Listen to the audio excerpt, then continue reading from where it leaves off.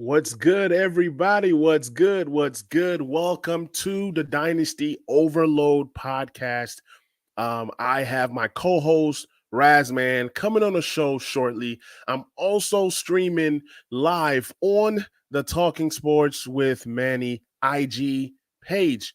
Not only that, I'm also streaming on the Talking Sports with Manny YouTube channel, as well as a Talking Sports with Manny Facebook, as well as NFL Smack Talk group. We're also streaming on the Dynasty Overload podcast YouTube channel as well. I went blank for a minute. I'm sorry, guys. So this is the Week 6 Waiver Wire Show. So for those of you guys that are tuning in from all over, feel free to ask your questions. I said waiver wire. I am so sorry. That was a couple days ago. This is the episode for starts and sits, man. Got so much on my mind, man. Got so much on my mind. But we're gonna go ahead and get this show on and popping. Let's get it. So I did a quick little video on the TikTok page for Dynasty Overload talking about the Chicago Bears backfield.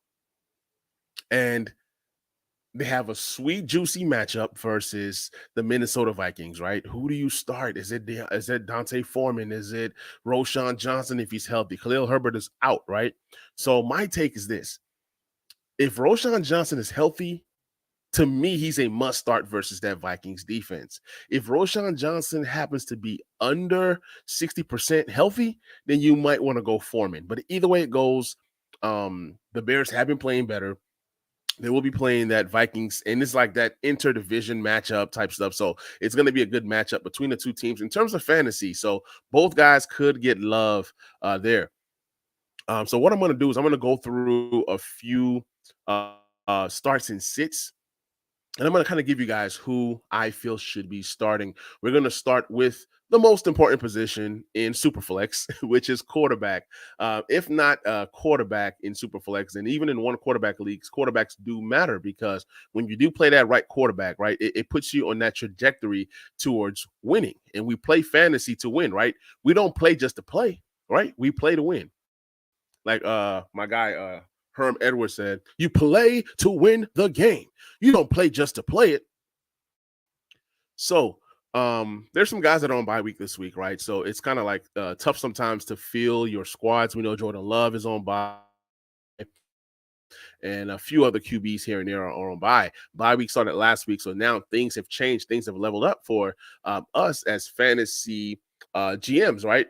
We now have to kind of maneuver and know who to start, who not to start. Now, this week, you have Joe Burrow, and he's going to be playing the Seattle Seahawks. The Seattle Seahawks have not been good in terms of coverage.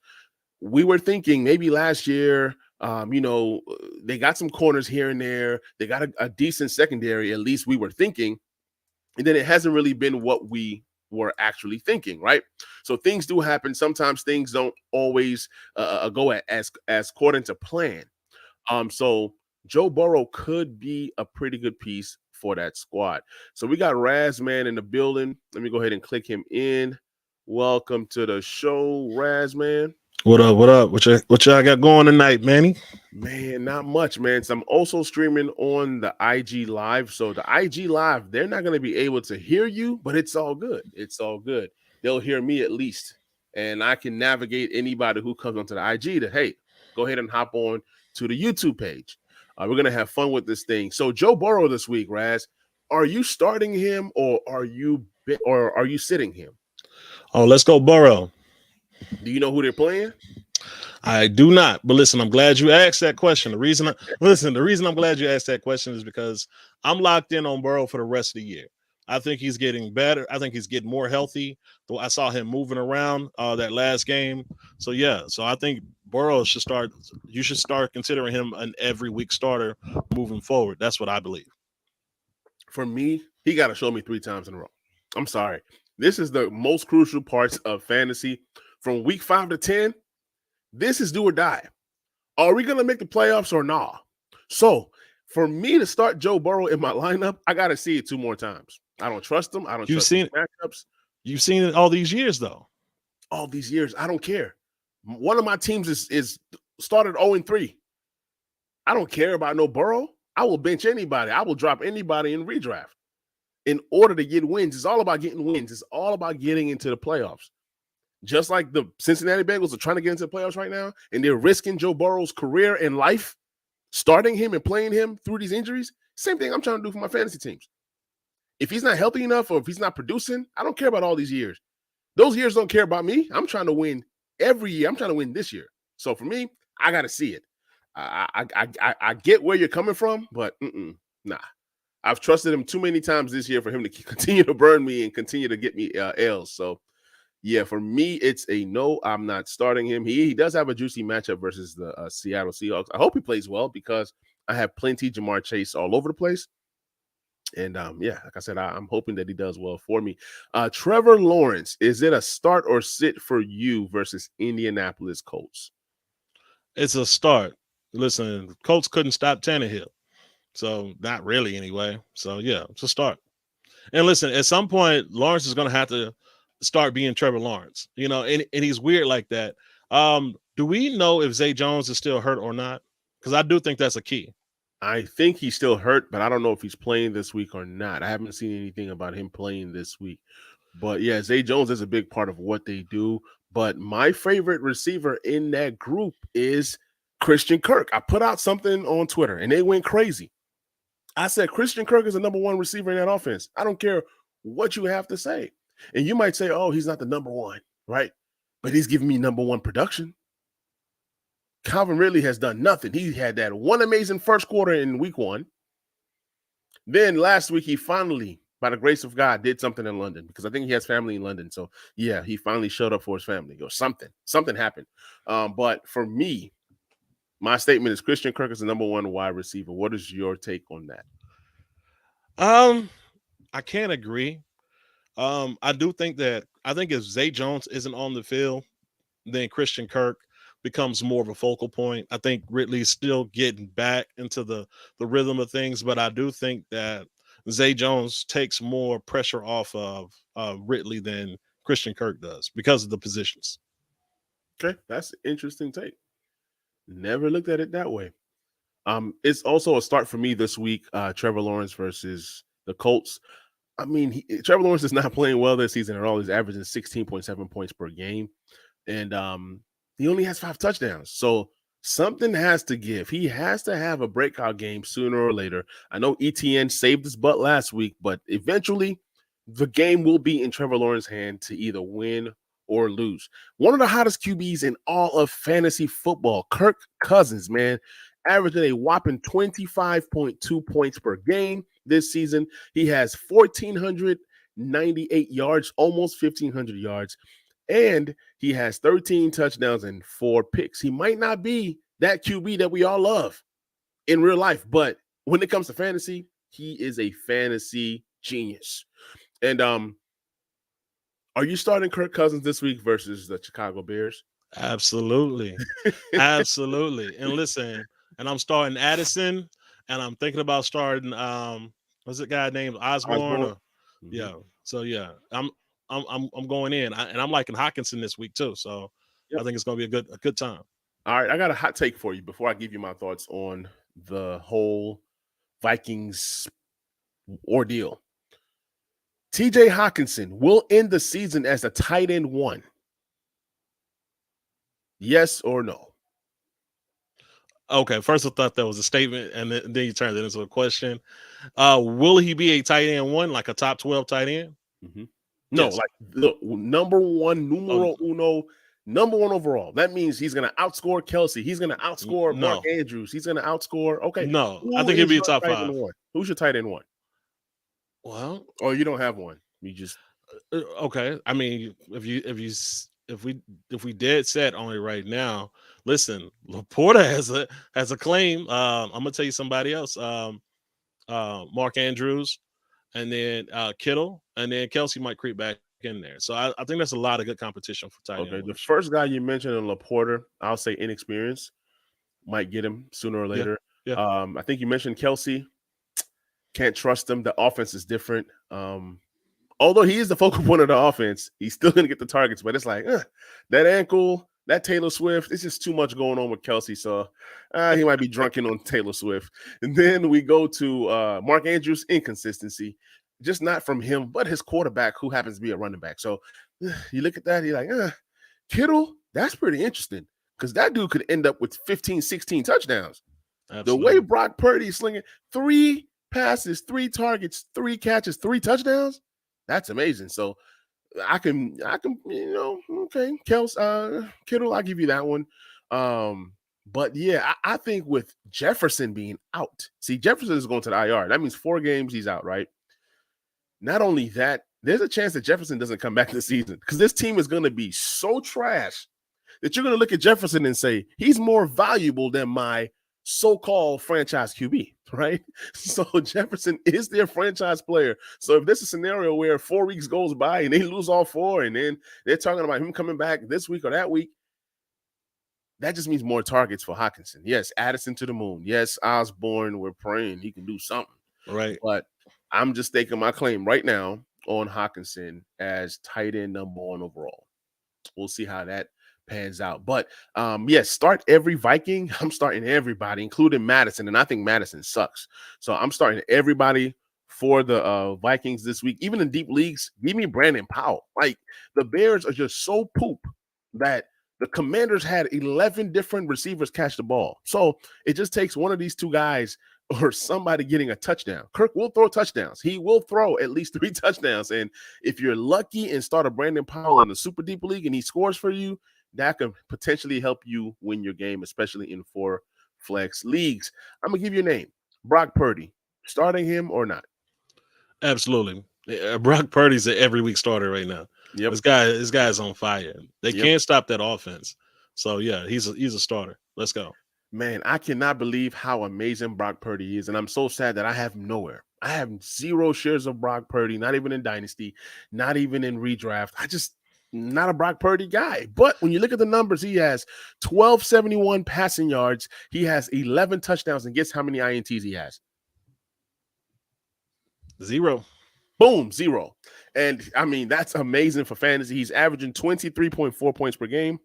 That's slightly less than 2 from Kirk, who was tearing it up. So, man, Brock Purdy is a must start, virtual must start every single week. He's tearing it up, and he doesn't really put up a lot of yards per se. But when it comes to like touchdowns and actual real life football, he's a great real life football player. And if it wasn't because of the injury last year, would you say that the San Francisco 49ers get to the Super Bowl? I think I think they have a great shot at it. I don't see how you can say they couldn't, but you could also say maybe inexperience, eventually got to them. But listen, they were rocking. They were doing this last year at that time. So, right, it's hard to say they couldn't. Pretty good. So yeah, I'm gonna give you. I got a few more names. I got a few more QBs. Gardner Minshew could be a super sleeper this week. For the season so far, 553 yards passing, 4 touchdowns. 2 touchdowns, 0 INTs. He's averaging a whopping 6.9 points per game in fantasy. But we know he's coming in relief. To come in relief and throw 553 yards is pretty good. Now, do you think he goes off versus the Jags? Do you think that's a good play, or you like, nah, I'm gonna chill? What you think? I'm starting him if I need. Listen, in Superflex, he's a starter because I think he's gonna be a top 20 quarterback. I think you can count him for at least 15 points. Mm-hmm. And listen, in leagues where you got Mac Jones and some of these guys are giving you 6 points, 15 comes in clutch, Right. I had a guy beg me for Baker Mayfield earlier. He had Mac Jones and another bum giving him 6 or 7 points a game. Oh no. All right. I got another one for you. This is a player that has been pissing me off. I don't want anything to do with this player right here. I think he sucks. I have finally seen the light. If I've ever said that he was good, I want to apologize to everybody that I've ever lied to. Dak Prescott is ultra trash. Ultra trash. There's no more Dak Prescott as a top 10 dynasty. No, he is. I don't think Dak Prescott is a top 10 dynasty QB anymore. He can't just be having an off year. Let me give you these numbers. Now. I know they're bad. I have them several places. It's 1,000 yards, 5 touchdowns, and 4 INTs. And that's how many games? He's played what? 5 games? He played all the games, I thought. 1 touchdown per game. I can't now. I'm sorry. At the ADP where we went and got Dak Prescott, we are all pissed right now. We are all pissed. Those people that have CeeDee Lamb, I have had people beg me to take CeeDee Lamb off their hands. This is CeeDee Lamb. Number 3 dynasty wide receiver. I tell people, these wide receivers that we think are so great, they're tied to the QBs. And if you have bad QB play, I don't care who you are. Jamar Chase, we saw him struggle this year. And Dak Prescott is playing the Chargers this week, right? The Chargers struggle with covering people. They're they give up like the 20. They're like number 21 in yards given up. Other QBs are usually averaging around 18.9 points per game versus this team. But can you trust Dak Prescott? Are you starting him this week? Versus the Chargers, yes. Because I think that could be a potential breakout game. If he does nothing against the Chargers, I think you have to start reevaluating on the year. Listen, I mean, last week, man, I started Dobbs over a couple of big name quarterbacks because it's kind of like I can't trust these guys, and so Dobbs got to start for me. But you have to do something. I started Dobbs as well, and he wet the bed. Okay, Joe Burrow, and that was a game. And that was a game. And Joe Burrow went off. Trevor Lawrence did okay. I mean, everybody that I started this guy over did okay, except for Dak. When they came to Dak, I said, I know who you are, and I know you are not good, Dak. Your family has been lying to you for years, telling you that you're a good quarterback. And Dak, you are not. You are not good. Let's go ahead and move on to the next guy. Are you starting or sitting CJ Stroud this week? Remind me who they're playing again. Oh, they're playing the New Orleans Saints. That's tough. Mm-hmm. I'm going to roll with CJ because so far it's been all good. So I'll roll with CJ, but I'm not going to lie. That's a tough matchup. If I had a great option there, maybe I would go over them. But if I don't have a great option, which you probably don't have a better option than CJ Stroud on your team, then you go from there. Yeah. So if I had a great option, but I'm probably starting them. I'm starting CJ in 2 leagues where I have no choice. And I'm praying that some guys come up through the waivers. I can go ahead and start them over CJ. CJ this year has been perfect. 1,400 yards passing, 7 touchdowns, no INTs. He's averaging 20.5 points per game. But the potential score versus the New Orleans Saints could be 15.6. Potential. That's what, other QBs are doing versus this team. They're ranked 19th in keeping quarterbacks away from scoring. But here's the thing. As good as CJ Stroud is, he's still a rookie, and the Saints defense is pretty good. They made Mac Jones look crazy. Yes, Mac Jones has been ultra trash this year, but at the end of the day, he's still a Bill Belichick coached team. So for me, it's I don't know. I'm just kind of hoping. But I will say this. The highest scoring player for the Houston Texans this week will be Ka'imi Fairbairn, or whatever his name is. That's the kicker you want to have. That's the guy that's going to be scoring a lot of points for these guys. It's going to be a low-scoring game because I think that the Texans have a pretty good defense as well, and this could be a potential shootout for the kickers. So start both kickers on both sides. Only start CJ Stroud if you have to. Deshaun Watson, what are you doing with him? Watson got on a roll versus the Titans right before their bye week. So I'm hoping that he can ride that. So I'm starting Watson. Okay. I am benching Watson versus the San Francisco 49ers. I am not starting him. They said he has a shoulder injury. He's still giving them problems. They're not even sure he's going to play. And I am now sitting Watson. I didn't know all this information before you said it. Yeah, man, he has an AC joint or something. He has something crazy going on, right? To where PJ Walker will be the starter this week if Deshaun Watson is unavailable. They tried out that rookie. I don't even know his name. He has like 4 different names. And something Thompson, whatever. He was ultra trash. So they went and brought up PJ Walker, man. They said, look, PJ, we need you, man, because Deshaun Watson might not play this week. And you're playing against San Francisco. When Joey Bosa sees Deshaun Watson, he's going to break that other shoulder. And this guy will be walking with no shoulder. So I don't think he plays. And even if he plays, I think he's going to underperform. Russell Wilson, start us it. Russ, I'm starting Russ every week. I think Russ is good this year. I think Russ is a lot better than what people think. And I don't think that Chiefs defense is that great. So I'm starting Russ. Okay, I disagree. I am starting Russ. I do think the Chiefs defense is great, but Russ is a virtual must start every single week. He is the QB8 right now in fantasy football, and he's tearing it up, man, averaging 23.6 points per game. Let's cook. He's a great fantasy quarterback like Kirk Cousins, but in real life, man, he's not the reason why they're winning or losing. He's just putting up numbers. And in fantasy, the defense is care about. The defense is why they're losing. Their defense can't stop anybody. You can say that. You can say that. Did you see Bart Starr?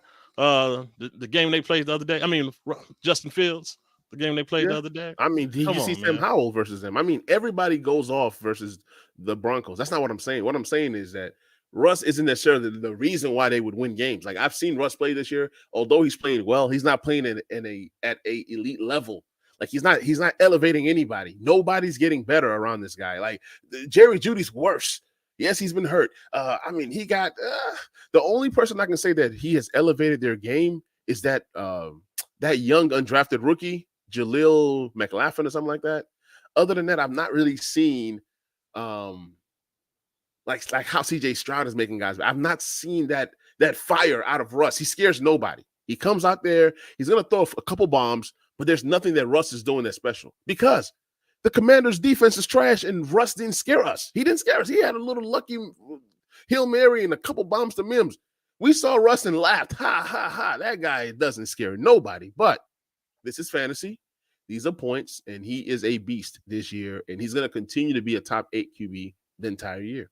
You can say, oh, because this guy's down, that guy's down. Everybody's always down. People always get hurt. People got to respect Russ. Russ is still a good quarterback overall, but I don't think that we're getting that Russell magic that we're used to having. I got two more for you. We have Sam Howell. Are you starting him versus the Atlanta Falcons this week? Absolutely. Me too. I'm a Sam fan, and I think that Sam is listen, Sam can't be stopped out there. I mean, listen, he's going to get points. However he gets them, he's going to go out there and get points, even if it's at the end of the game and he's just out there winging it. Sam's going to put some points up. I like Sam. Yeah, Sam is similar to Russell. Both teams are trash. The defense is trash for the Commanders. They can't stop anybody right now. So it makes Sam throw the ball. He threw the ball like over 50-something times last week, and he almost had close to 450 yards had he kept going. That's just how crazy it was. He ended up with like 388 and 2 touchdowns or so. This year, he has 1,300 yards plus passing, 7 touchdowns, 6 INTs.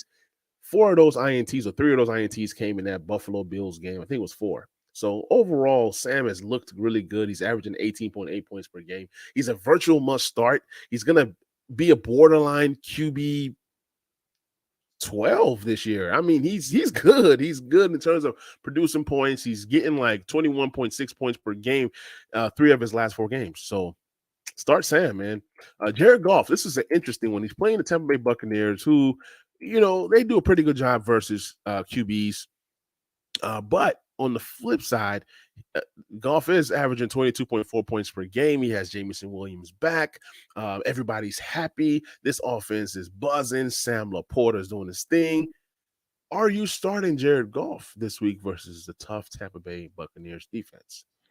See, I think Jared Goff is hit and miss to me because he either has a big game or he has a very mid game. Mm-hmm. So I think it's going to start on your, be about your options. So guys, I've been really talking about start sits from a super flex point of view. Honestly, if I'm not in super flex, I'm probably not starting Jared Goff here. In super flex, he's a start. Yep. If in a 10-man, he's not. So right. That's me. And if you have to start him, you're crazy, or your team just sucks.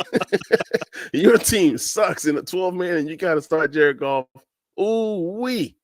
Man, that's bad. Are you starting Matthew Stafford this week versus the Arizona Cardinals? On the year, he has 1,400 plus yards. He has 5 touchdowns, 5 INTs, averaging 16.5 points per game. But he has Cooper Kupp back, and he has the superstar, the guy that I told you guys about, Puka Nacua, as his number 2. And then he has the awesome Tutu Atwell, your guy, as a number 3.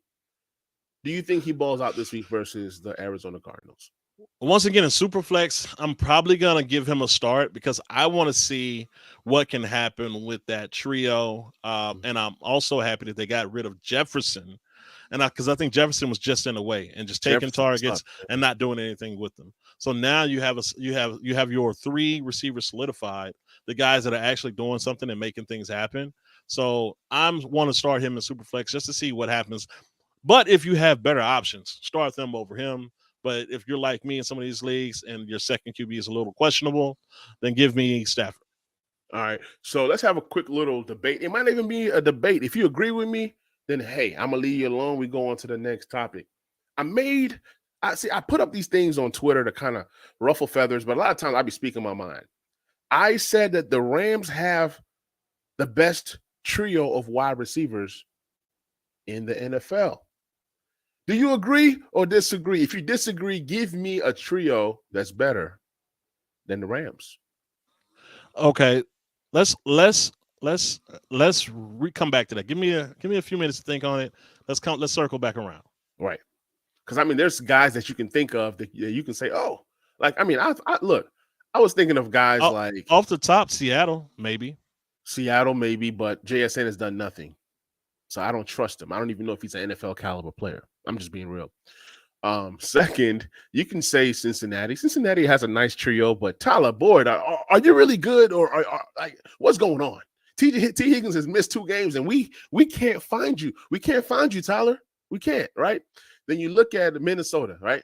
They're pretty nice. But Osborne, come on, man. We haven't seen you this season. We saw you last season, but this season we haven't seen you. But then in the same token, we haven't seen this trio for the Rams play but 1 game. So it's kind of like it's all over the place. Dallas, who's their number 2 and 3? You got Cooks and Gallup. Man, those guys are trash. Come on, you got to do better than that. I mean, I won't even be mad at you had you said Washington. We know their track record, but this year that group hasn't come together at all. Tampa Bay. Okay, I'll give you Tampa Bay. You can say Godwin, Evans, and whoever else as the third. You can say that, and I can say, you know what? I'm with you. But when you say Dallas, oh man, I thought you really had something good, man. You telling me? I'll give you. Hold on. Here we go. The Chargers. Okay, who's their third?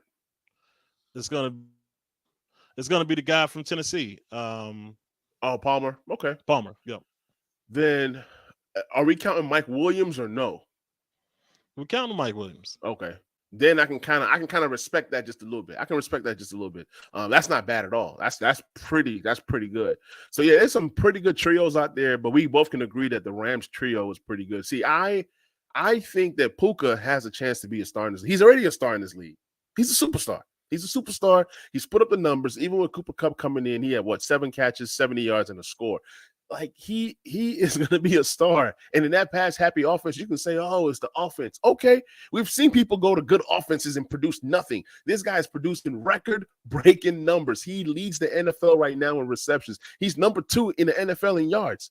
So I make my case for Puka and I can say Puka could be Cooper Kupp 2.0 or a light version of Cooper Kupp. And even if he's a light version of Cooper Kupp, you know how good of a player that is?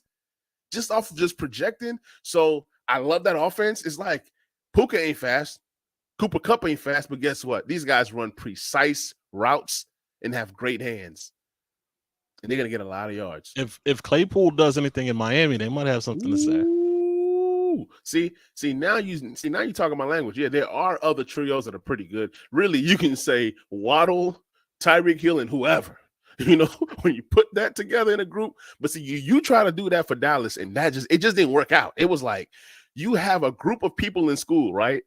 And we get an A on the assignment, but it was really CeeDee Lamb. CeeDee Lamb did all the work, and if a tight end can count as a third receiver, then I think you can consider Philly and a couple other guys. Oh, if a tight end is considered, man, you can consider everybody. You can even say Logan Thomas with the command. You can say Hawkinson with whoever Yeah, the yeah, Vikings. yeah. So I mean, you can, bruh, you're gonna laugh at this one. If tight ends could be involved, you can say Kelsey and whoever with Kelsey is David Ruffin, and they are the Temptations. It don't even matter, bro. Rashee Rice and Tito Jackson and all these dudes in the background doing all this. You know what I'm saying? Just happy to be part of the group. But yeah, I think the Kansas City Chiefs got the worst receiving core I've ever seen in my life, man. It's pretty bad out there. Them and the Giants are tied for the worst of all time. But yeah, let's go ahead and dive into the RBs. Isaiah Pacheco. I remember us watching the game, cooked up some burgers week 1, that Thursday night game, and Pacheco was going off, man. This dude was running crazy. And you look at it, you know how many fantasy points he had? Probably like 5. How many? Hey, the craziest thing about him is he be running so hard and don't be going nowhere. Listen, his dreads be going everywhere. His body be doing all this other stuff. It seems like he's running really fast and really hard. He's not going anywhere. It always throws me off because I'm like, where's the points at, bro? Right. So let's go ahead and dive into the running backs. I know you don't have a lot of time left, but yeah, the show will continue. So Isaiah Pacheco, he's playing Denver. Okay, that's the silver lining. Pacheco, Denver. Right now, Pacheco has 325 yards rushing. He has 99 yards receiving, which is the element of his game that has improved vastly this year. He has 3 touchdowns on the season. He's averaging 14.3 points a game, and he's playing Denver. Are you starting him? Yes or no? I am starting him. And listen, he's not getting you more than 15 points. If he gets you more than 15, if he gets you 15 points, pray. I mean, this guy is a consistent 11, man. Consistent 11. Man, he had that one game this year that was a breakout game. And the funny thing is he broke out, and I can't even remember those stats, but he went off that one game where he saved Mahomes. But I mean, he's so random, man. He's random. There's too much going on out there. Isaiah McKinnon. It's just, I mean, Jerick McKinnon, Clyde Edwards-Helaire could pop up out of nowhere. I don't trust that backfield, but if I have to start him, I'll start him. I have 0 shares of Pacheco. Just one of those guys that's not the one of my guys. Alexander Mattison playing the Bears this week. The Bears give up like the most points almost to RBs. Them in Denver are twins. They're like that Spider-Man GIF. They're just pointing it at, point like, hey, you look like me. Hey, but Alexander Mattison, he's played well the last couple games. And I mean, Brian Robinson did do a pretty good job versus the Bears, right? Are we starting Alexander Mattison this week? I'm starting him because I think, especially with Jefferson out, who they throwing the ball to? I mean, like even when they get down low, I think they're gonna just trying to force the ball in with Madison. So I think I'm starting him. All right, good deal. So we have ASDAFG Hop in the building. Appreciate you for hopping on the stream. Please like, please subscribe, and please share. He's asking, hey guys, who do you like better, Palmer, JSN, or Tank Dell? I'm gonna let you go first, Razman. If we're talking this year, give me Tank Dell. If we're talking fantasy, I was probably still give me Tank Dell right now. I mean, but JSN is probably the guy with the most potential or the highest ceiling there. But definitely Tank Dell right now because Palmer's been in the league for a while. He's had opportunities, and we haven't seen him turn those opportunities into a lot of production. Just remember last year, both guys was hurt, but both top receivers were hurt.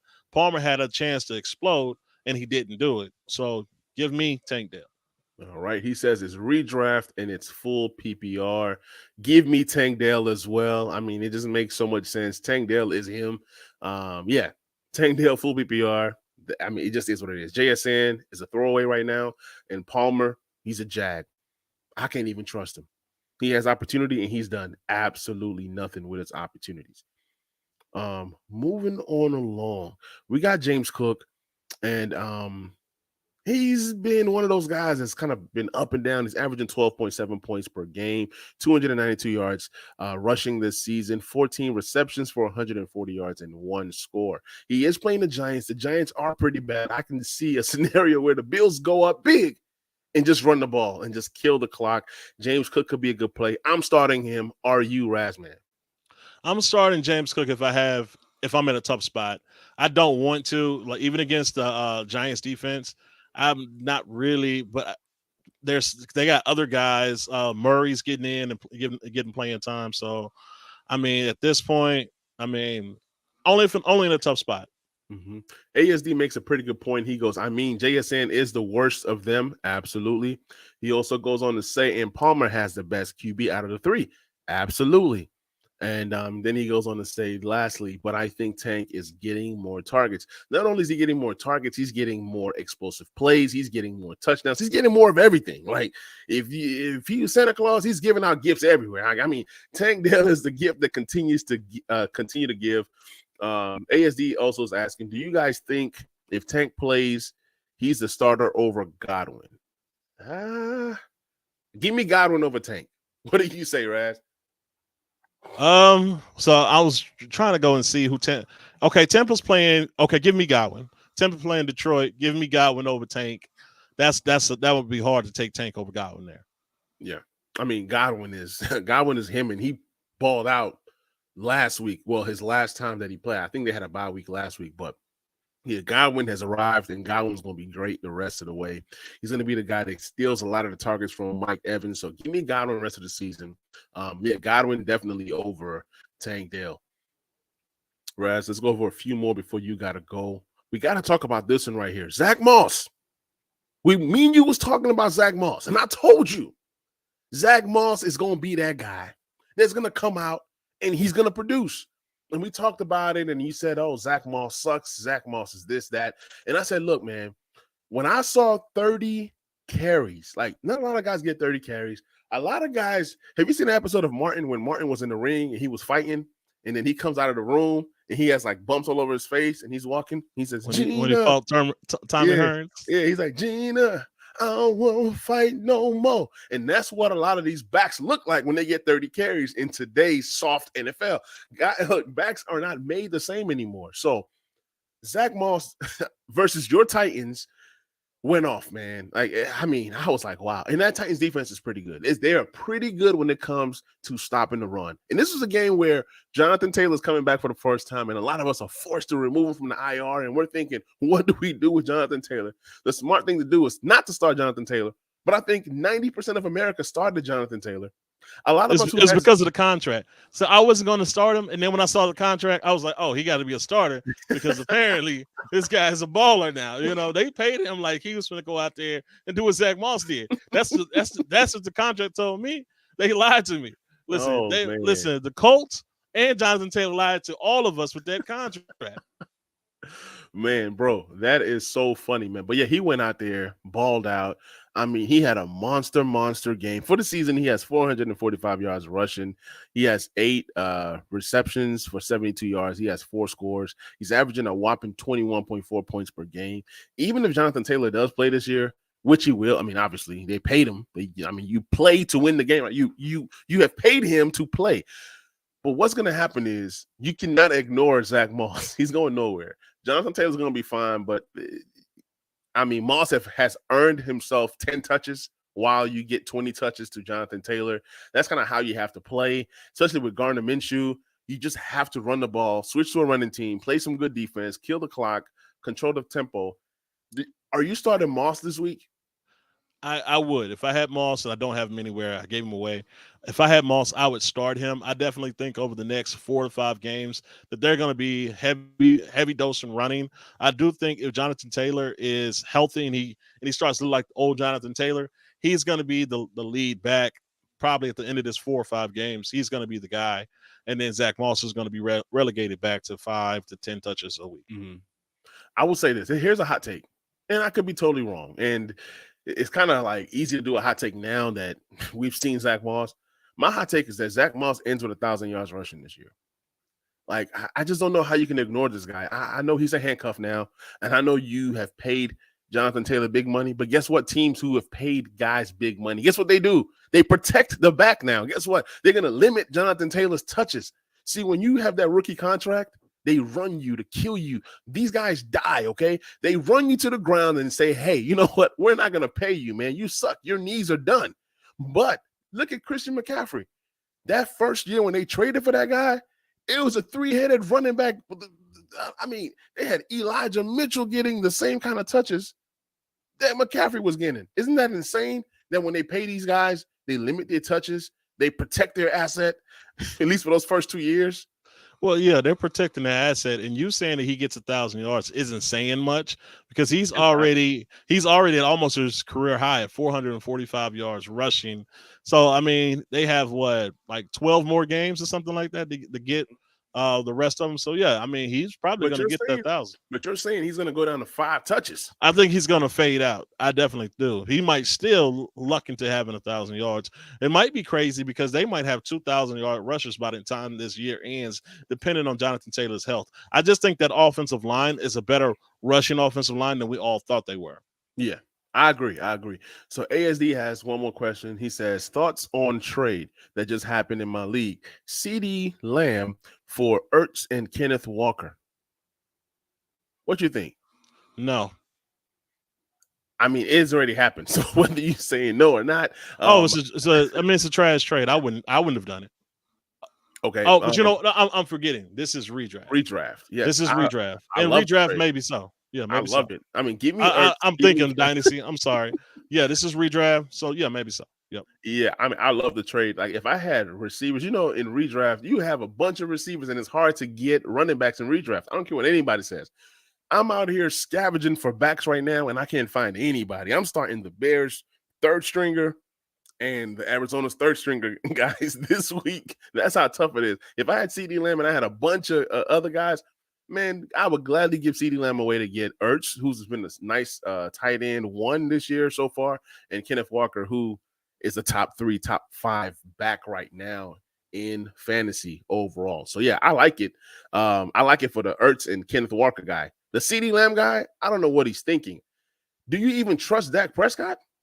I can't. He says the CD guy already has Chase and Waddle. I get what he's thinking championship. He's trying to secure that chip. How many wins does he have? However you say your name. ASD. I just call him ASD.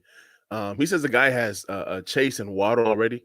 Let me tell you guys what Chase and Waddle did for me in my redraft league so far this year. I started out 0-3.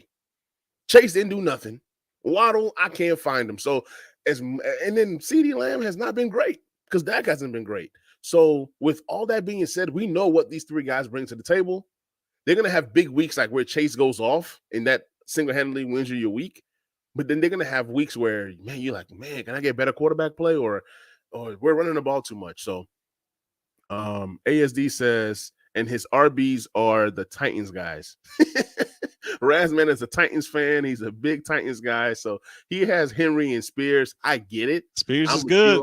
I'm a 0 RB guy, so I get what he's doing. But, man, you better hope and pray that CeeDee Lamb steps it up because Kenneth Walker's for real, man. He's for real. His record right now is 4-1. Good trade. Yeah. Good trade for him.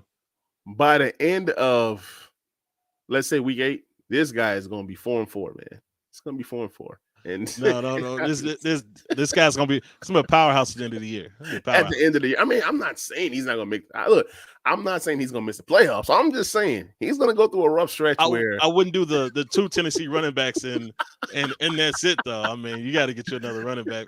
I'm just saying, man, he's wild. He plays like me, man. Hey, stick anybody in the RB spot because I mean, one of my teams right now, I have Chase, I have Waddle, I have Godwin, I have Terry. I'm seeing all these guys in the waivers like Tank Dell and all these different guys, and I'm not touching any of them because I have these 4 wide receivers, and I'm looking for RBs, and nobody wants to drop any. I'm searching for running backs, and I can't find any. So I kind of get it. ASD says I actually lost to him because Evans had 30 points that week. He has Evans too. Wow. Why did you trade? You guys balling. But why did you trade for CeeDee Lamb? You got Evans. I don't get it. But hey. Go Titans running backs, man. But yeah, we got a few more Guys to go over. Oh, he traded away Evans for Waddle. Okay, that's solid. I can That's kind of see. rough though, Yeah, because super rough. yeah, that's rough. I would have kept Evans. I would have kept Evans. What a way, man! I'm telling you, this guy's gonna end up being 4-4. Now it's starting to sound bad. Yep. All right. So one of the top names of the waiver wires yesterday was Imari Demercado. All right. Who? Exactly. He's a third string guy. He's 5'9". He's a jag, but guess what? He's getting opportunities. He's going to get opportunities in that Cardinals offense, being that James Conner is gone. He's on IR, and he's going to be a guy that could potentially catch some passes here and there. My whole thing with him is Kentonia Ingram didn't die. Kentonia Ingram is still out there, and folks are spending all their fab on this guy. And I'm like, ooh, me. This is crazy. So are you starting this guy this week? Me, no, not at all. I have to see it first. Yeah, for me, unfortunately, yes. I'm desperate. Everywhere I got this guy, I'm desperate, man. All my backs are hurt, like Khalil Herbert, or I got guys on bye weeks, or something's crazy has happened to me to where I have to start this guy. He's going against Aaron Donald in that middle. I don't think he does anything, but if he's able to catch just 4 passes, I have a chance of getting 10 points out of this guy. And that's what all I really crave for is when I'm playing the 0 RB strategy. That's where I don't really care who my RB is. I stick in anybody, whether I drafted them, whether I got them off of waiver. And then that's that. I'm going to give you 2 names at a time now. Ramondre Stevenson and Tyjae Spears. One is trash. The other one, Spears' arrow's pointing up. I think he's going to end up getting more touches than Derrick Henry moving forward in the year. All right, let me see. ASD says, bruh, I have the complete opposite situation with my RBs. I got Saquon, Brees, Kamara, JT, and nobody wants them. Yeah, because these guys are expensive to get. Like, you're not about to just trade these guys for nothing. You're going to want premium assets or guys for premier RBs. And that's the disadvantage of having 4 good RBs and you can only start 3. So next year, you kind of want to balance your team out. But the good thing is that these running backs fall like flies. So trust me, you will get a chance to use all your backs this year. Ramondre Stevenson is a no for me. Tyjae Spears is a yes in deep leagues, flex leagues. Here's a sneaky pickup. Here's a guy that nobody's talking about right now, and that's Jeff Wilson. Jeff Wilson is back. Devon Achane is out. Raheem Mostert, I don't trust him. He got like 2 more games in those knees, and he's out. He's just going to bow out. He's going to say, Lord, take me now. He's about to be out, okay? Jeff Wilson, Razman, I know you got to go at any moment. It's all good. For me, Jeff Wilson has a chance to put up monster numbers in that Miami Dolphins offense. If they are telling me that Jeff Wilson is active, I know you're not supposed to start somebody right off of the IR, and I'm starting him, okay? Because I've seen guys that are not good. I've seen bums come out with this Miami Dolphins offense and produce. Are you starting him, yes or no? No, I like Ahmed over Jeff Wilson. So ASD says, I just saw the guy getting Ertz as Hockenson. Man, I don't know what's going on, man. He says, were they high? I don't know, man. People just trade just to trade, and it makes no sense. Andrew, what's good, man? Appreciate you hopping on the stream. Andrew says, 32-man league, full PPR. This guy offered me $600 in free agent money, which is a lot, okay, for Kentonia Ingram. Do you see anything in Kentonia Ingram? Sell Kentonia Ingram right now. Take the money. Take the money. Take the money. Hey, Andrew, here's what I want you to do. Take the money. I want you to get on TikTok and just check out Dynasty Overload on TikTok. Please, everybody who's watching right now, check out the TikTok Dynasty Overload. We drop a lot of nuggets there, and I talk a little bit more in-depth on Kentonia Ingram as well as Demercado and anybody they have. But Kentonia Ingram, just a big back that hasn't done anything. But opportunity means everything. So let's see what he does. If he cannot beat out this undrafted guy in Demercado, then you'll know that he's a bum. But I would definitely take it because 32-man league, $600 free agency money, take the deal, run with it, go to the bank, laugh at this guy for years to come. Quinn, what's good? Appreciate you hopping on the stream. Please like, please subscribe, and please share. Quinn says, trade T. Higgins and Khalil Herbert for Ridley. What do you say, Raz? That's rough. Right off, I'm gonna say no. Right off, I'm gonna say no. If I think about it a little bit, maybe, but right off, I'm gonna say no Yeah, I'm because gonna I say know no as what I well. got in Higgins. Yep. So Hey, Higgins, Ridley, they're literally the same. They both are inconsistent, but when they go off, and we know who has the better quarterback. We know who has the superior quarterback. The thing with Higgins is that, man, he got a Jamar Chase there, right? But the thing with Ridley is that he has a Kirk, and Ridley is better than Kirk, right? But with that being said, Khalil Herbert is that wild card. When he plays and he's getting, I mean, the last 2 games, Khalil Herbert looks great. But what's about to happen to Khalil Herbert? I talked about this on the TikTok, a Dynasty Overload TikTok, is that what's his name is coming? Roshan Johnson is coming. And if he clears concussion protocol, this will be the breakout game for Roshan Johnson. Hey, So, I have an amendment. okay. So if this is redraft, I'm taking a deal. If it's dynasty, I'm not. That's where I'm gonna be at because I do think that Higgins might have a lingering injury, and I think that that Ridley, I would like Ridley more in that situation. Mm-hmm. So if Higgins' injury issue is lingering, Khalil Herbert's injury issue is lingering, I would then like, okay, cool. Yeah, if it's redraft, give me Ridley. A lot of the guys that are going to come on the show and come on the stream, they're going to be redraft. Like, Dynasty is still new for a lot of folks, and redraft is really what's hot. I mean, start sits is, redraft. Waiver wires is really redraft that enjoys these waiver wires. If I didn't play in any redraft leagues, all these waiver wire stuff, the real Dynasty folks already got those guys, what I'm saying, on their squad. So that Arizona back was he was everywhere in Dynasty though. I was getting him for free. That's just how bad the situation is. This is third string guy. So in Dynasty, I advise people to have third string backs on your roster, stashed away, because injuries do happen. And once the top guy goes down, that third string guy automatically becomes a potential number 2. And most times those potential number 2s end up becoming potential number 1s and things of that nature. For those of you guys that are watching, and if you're watching off of the Talking Sports with Manny YouTube channel, there is a membership. If you want to join the membership, where you have access to us 24/7, we have a chat, and we have these different things where we can collab with our channel members and things of that nature. I'm about to get to some spicy RB takes, or some names, not takes, names. Jerome Ford, you hate him. I like him. He's playing the 49ers. I'm not starting him. I'm sitting him. Are you starting him, Raz? I am sitting him for the most part. I'm starting him if I have nobody else, which I am in this one league. Hey, Jerome Ford has been a blessing to a lot of people. We just want to say, Jerome Ford and the Ford family, that we appreciate everything that you're doing for the RB community right now, because it's hard to find running backs. Dameon Pierce, I think he's terrible. I sold him in Dynasty for a first-round pick at his peak last year, and then he unpeaked. And then the guy that I sold him to was mad at me. He wouldn't even talk to me anymore. Dameon Pierce is playing the New Orleans Saints defense. I am not starting him ever. But are you starting him this week, Raz? He is a sit. He is a sit. Nobody likes that guy, man. He produces, but he's just regular. He's just a regular back, man. Miles Sanders, I think he's been terrible this season. He's playing the Miami Dolphins. It could be a potential game where Panthers are trying to come back, and that could eliminate this guy. And then also, he's not 100% healthy. Now, I'll tell you who I will start in deep leagues, and that's Chuba Hubbard.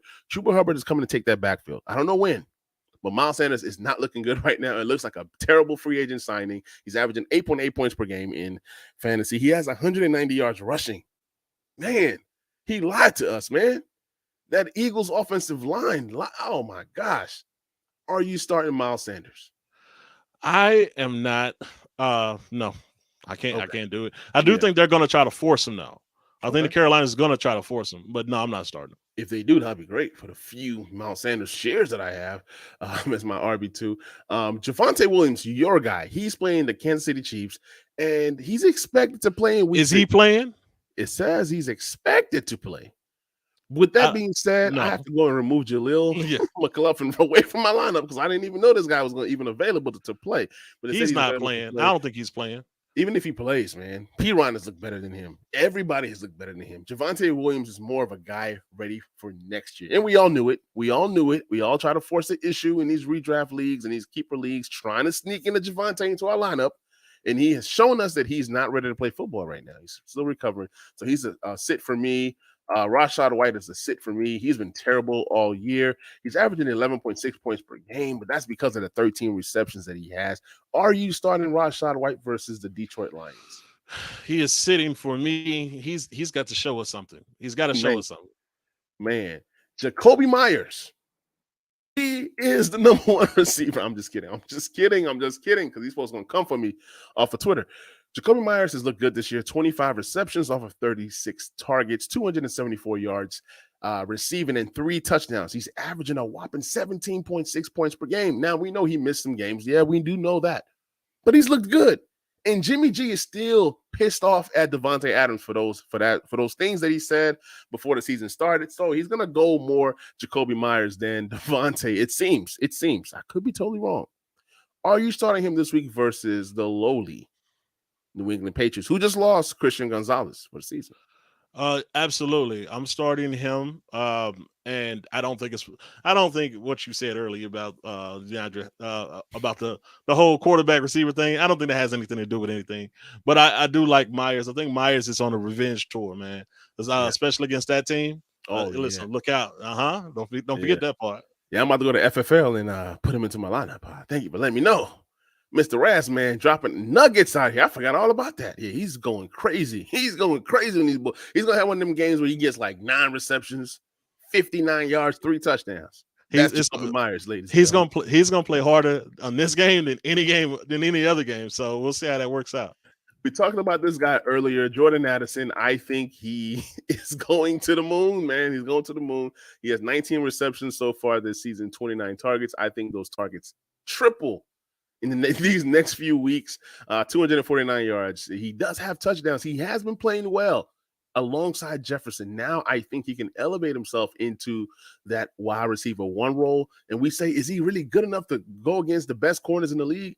He's going to get targets, first of all. And when you're getting targets, it doesn't matter who's guarding you. Eventually, you start to connect. He is also going to have TJ Hockenson, who's really good. Osborne is one of those, I don't know, but I am starting Osborne in a few leagues. We already talked about this, start all Vikings. Are you starting Jordan Addison? And what do you think he can do this week? Okay, let me ask you a question. Who's he playing again? He is playing the lowly Bears. Who's he playing again? The Bears. Okay, so we've agreed. Absolutely. So we've agreed that we're going to start him, right? But my question to you is, how many? Sorry, Bears fans, but start everybody versus the Bears. So how many fantasy points do you think Addison can score? Let's just do that. Let's just say that. I think he's gonna get. I think you can count on him for his average. You said his average is 17 or something like that. Mm-hmm. If that's his average, I think you can book that. I think you can book 17. And if that's the case, coming from him, that's perfect. So he's averaging 12.4, but I think he's getting at least 15 points. I think he's getting at least 15 points. Like teams are getting 15 points or more on this team, and it's like, I mean, you had Curtis Samuel, Mike Evans, and Romeo Doubs are averaging at least 18.5 points per game. Curtis Samuel, man. We're talking about Curtis Samuel, man. We're talking about Curtis Samuel. Curtis Samuel's the number 1 out there. I don't know if you heard. He's the number 1. He is the number 1. If Sam's taught me anything, he's taught me that Curtis Samuel is the number 1 in Washington right now. But I didn't know that. According to you, you say Terry's the guy regardless. Listen, not anymore. Not after you sold me a bag of rocks with Terry McLaurin. You got me on that deal. I didn't know that Terry sucked now.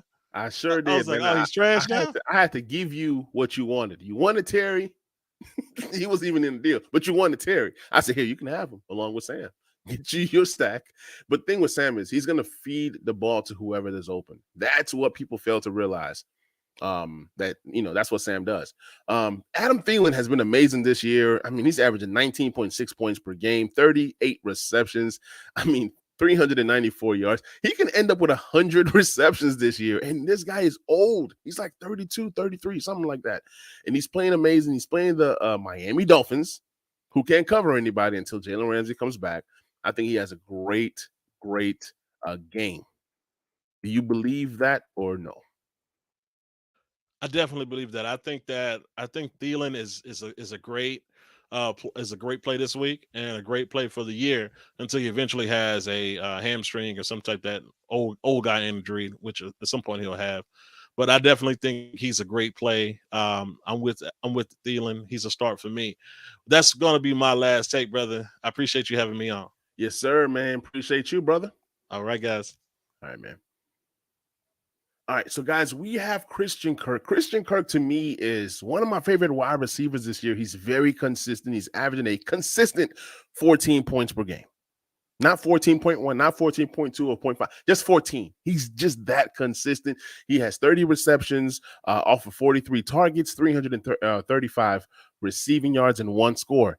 Once the touchdowns start to go up for this guy, I mean, this guy can end up as a potential top 15 wide receiver this year. I think he's a lock for a top 20 receiver this year. And he's playing the Jacksonville. I mean, he is on Jacksonville. He's playing the Indianapolis Colts this week, and I believe that he can do some damage versus the Colts. So I love Christian Kirk a lot. He's more consistent than Calvin Ridley. He might not give you the explosive plays or that mega game that a Calvin Ridley can give you, but Christian Kirk, when it's all said and done, you're gonna look and you're gonna see this guy between the top 15, the top 17 range. And if he starts to get some touchdowns, he can creep into that top 12. Yes, you guys can write that, you guys can screenshot that, you guys can screen record that, whatever. Yes, I said that Christian Kirk has a chance to be a top 12 wide receiver this year. Yes, I wholeheartedly believe that. Hollywood Brown, 42 targets so far this season, 25 receptions, 300 yards, 3 touchdowns. This is the guy that nobody wanted in redraft. Nobody wanted this guy in Dynasty. He was a guy that was like to some trash. Like it's like unwanted. Like nobody wanted this guy. But when you look at it, this guy has been solid. He's been great this season. And he's averaging 15.2 points per game. And he's playing against a Rams team that doesn't really defend the pass well. This could be a game that could be a potential shootout. Is an interdivision game versus Rams versus Cardinals, so they know each other pretty well.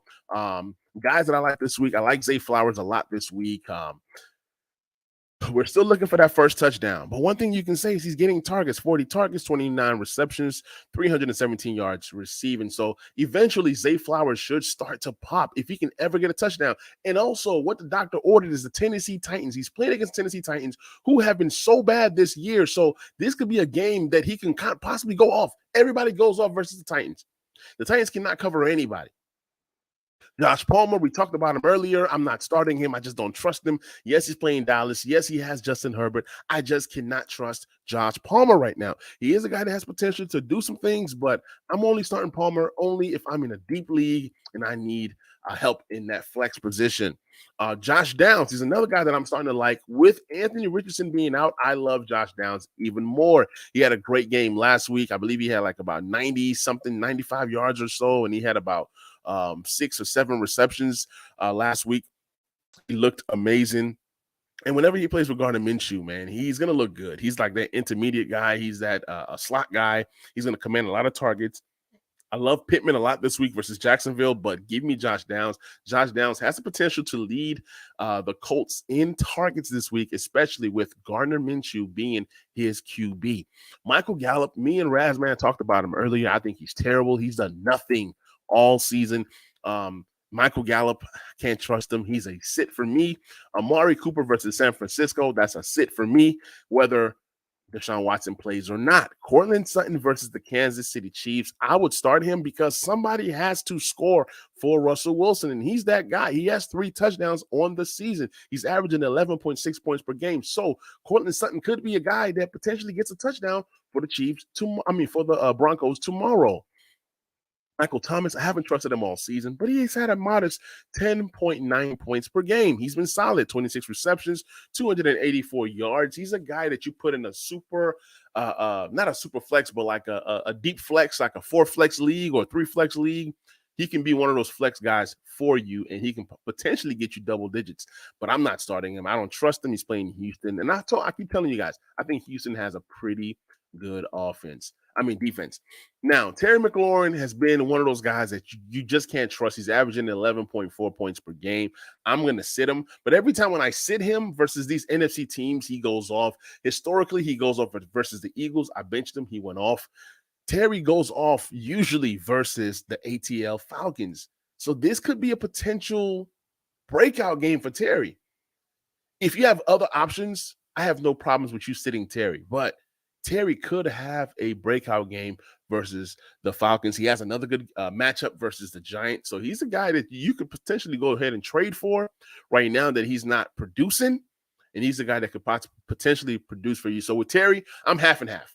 50% of my mind says start him. 50% of my mind says don't start him. So with that information, do with it what you must. Deebo Samuels versus the Cleveland Browns. They have a really good defense. They shut down everybody. Deebo's been great this year, 20 receptions for 302 yards and a score. I would bench him. Let's go ahead and hit tight ends rather quick. Cole Kmet, I'm starting him versus the Minnesota Vikings. He's looked good the last 2 weeks, and him and Justin Fields are starting to create a pretty good connection. Logan Thomas, I'm starting him over guys like Evan Ingram. These tight ends are just all random, but Logan Thomas has looked really, really good for the Commanders. Sam Howell trusts this guy. He's literally the number 2 guy on this team in terms of when you say targets or when you say a focal point, he's a focal point, and we saw what could potentially be moving forward in Washington. Like they love Logan Thomas.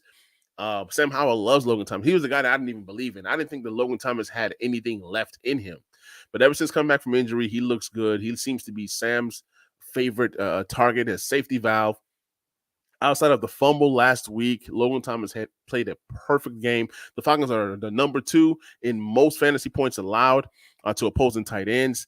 And guys like Hayden Hurst, Laporta, Evan Ingram, Dalton Schultz all have scored at least 12.9 points per game versus these tight ends are doing that versus ATL. So there's no, at worst, the worst case scenario, Logan Thomas gets you 13 points out of that tight end position. That's amazing. You'll take it, right? Jake Ferguson, he's a guy that's been up and down, but he could have a potential good game versus the Chargers. I think it's CeeDee Lamb and Jake Ferguson in that offense. Even last week, he looked good versus San Francisco, even though he only had 3 targets, 3 catches, 28 yards. But those plays, you just could see that Dalton Schultz role. He's a more athletic Dalton Schultz, and he could potentially come in big time for you this week. If you hit on the tight end, you most likely win your weeks. Jonnu Smith, he's dealing with some injuries right now, but if he's available playing against that Commanders defense, you might want to start him in a deep league. Also, Kyle Pitts had his best game of the season last week, and he's a guy that I'm willing to start. Most of these guys, Drake London, Jonnu Smith, Kyle Pitts, I'm willing to start any of those 3 versus Washington. Washington has shown me that they can't stop anyone, including that tight end position. Dawson Knox, I'm going to sit versus the Giants. It's just too much going on over there in Bills land. Hunter Henry started out great first 2 games of the season. He's still averaging 9.3 points per game. That's just how bad the tight end position is. Hunter Henry might come back to, he might just come back to what he was doing the first couple games. He is playing Vegas, but I think that Vegas is a defense that I'm playing this week. So I'm kind of torn. If you need a tight end and he's all you have, you start him with confidence. He could potentially get you a score this week. But at the same time, can we really trust Mac Jones? We don't know what's going on out there. David Njoku, he's recovering from being burnt, and I applaud him. I saw a picture of his face today. He's recovering, and shout out to him, man, to overcome what he's been able to overcome and still come out and play. I'm still not starting him, though, versus San Francisco, but I'm glad that David Njoku is doing well. Tyler Higbee, he's a guy I was excited about when the season started, but with Cooper Kupp coming back, and then Puka Nacua, and then Atwell, them getting rid of Van Jefferson helps, but man, there's not enough targets to go around. But he could be a sneaky good play, but I'm not starting him. I am starting Zach Ertz versus the Rams. I think that Zach Ertz could be the potential number 2. I trusted Michael Wilson last week for the Cardinals, and he did nothing. So you're looking at Hollywood Brown and Zach Ertz as the offense. Dalton Schultz has looked good last 2 weeks. He is playing a tough defense in the Saints. They give up the least 2 tight ends, so I won't start them unless I had to.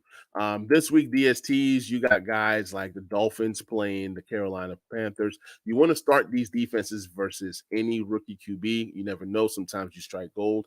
I also like, I want to say the Commanders versus Falcons, but you just never know. You just never know. Commanders have stopped nobody, but Desmond Ritter is really, really bad. So you can go that route. You can also go the route of Texans versus New Orleans. Like I told you guys, I love that Texans defense. I think that defense is really, really good. And who knows? Just that game alone is going to be a low scoring game. Texans and Saints is going to be a low scoring game. You're looking at like a 17 to 16 type game or a 19 to 17 type game, something crazy along that line. I don't think neither team scores over 20.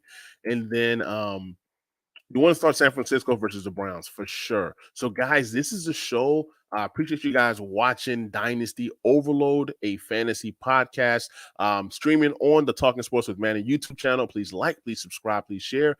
You can also find the podcast on Apple, Dynasty Overload. Please follow us on TikTok, Dynasty Overload, and we're also on Instagram and Facebook as well, all Dynasty Overload. We will catch you guys on that next episode, and I hope that we were able to help you guys make some good decisions this week that could potentially help you get things back on track or keep things rolling if you've been getting wins. So catch you guys on that next episode. I'm out. Peace.